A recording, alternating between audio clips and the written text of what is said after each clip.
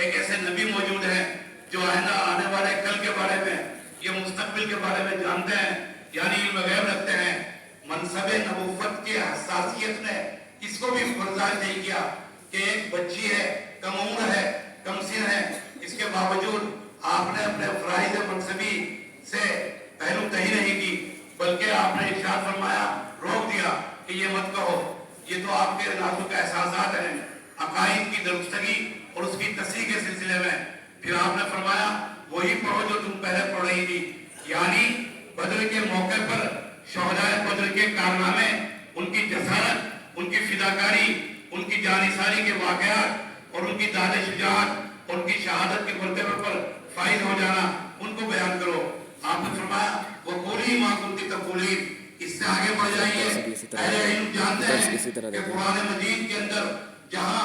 انبیاء علیہ السلام کے فرائض منصبی، تبلیغ اور اس کی اشاعت دین اور جناب نبی کریم صلی اللہ علیہ وسلم کا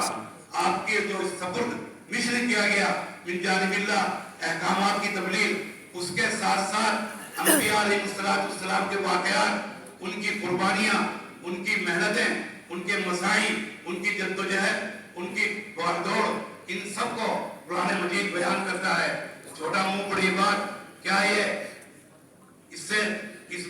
نقطۂ نظر سے پہلو تہی کی جا سکتی ہے قرآن پاک کی اس نظر سے؟ پھر ہم کتب حدیث کے اندر اگر دیکھا جائے تو کتب حدیث کے اندر کتاب الانبیاء ہے، مناقب صحابہ ہیں، تو آج ہمارے یہ سیمینار جس کے اوپر کچھ حلقوں میں بے چینی پائی جا رہی ہے، کیا وجہ ہے کہ اسی سیمینار کے انعقاد پر یہ بے چینی کا اظہار ہے؟ اس سے پیشتر جمیعۃ علماء ہند کے زیر سیادت، وزیر قیادت، وزیر سرپرستی حضرت مفتی اعظم پر سیمینار منعقد ہوا، کوئی ایسی صورتحال وہاں پر واضح نہیں ہو سکی، کوئی ایسی بے چینی کا اظہار نہیں ہوا۔ مجاہد ملت مولانا عبد الرحمان سہواروی نور اللہ برکتہ اور دوسرے اکابر کے اوپر سیمینار کا انعقاد کیا گیا۔ یہ اپنے اکابر کا تسلسل، ان کی خدمات کا بیان ہمارے لیے باعث سعادت اور باعث سرگرمی اور ہماری کوششوں کو مہمیز دینے کے لیے ایک بہترین ذریعہ ثابت ہوا اور ثابت ہوگا۔ کچھ حضرات نے یہاں پر صدر شاہ صاحب سے متعلق گفتگو کی ہے، لیکن اس کے اندر کچھ تاریخی چیزیں ہیں جو درست نہیں ہیں۔ ان کی تبیین کے لیے اور اس کی توضیح کے لیے، وضاحت کے لیے پھر کسی اور وقت، کسی اور فرصت میں انشاءاللہ اپنے ان مختصر کلمات کے ساتھ جو بے ترتیب ہیں، میرا نام اچانک لیا گیا تو میں معذرت خواہ ہوں کہ اپنے جو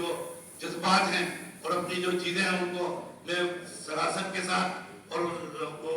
وسعت کے ساتھ بیان نہیں کر سکا۔ پھر کسی اور موقع پر وآخر دعوانا الحمدللہ رب العالمین۔ جو اس میں اگر کنٹرول نہیں کرتے نا پول کھول دیتے ہیں۔ میں اب تاثرات پیش کرنے کے لیے علم و عمل، وقار و حکمت اور سادگی و متانت کا حسین امتزاج، دعوت کے افکار اور اسلامی تہذیب پر گہری و متوازن نظر رکھنے والے خانوادہ حسنی کے علمی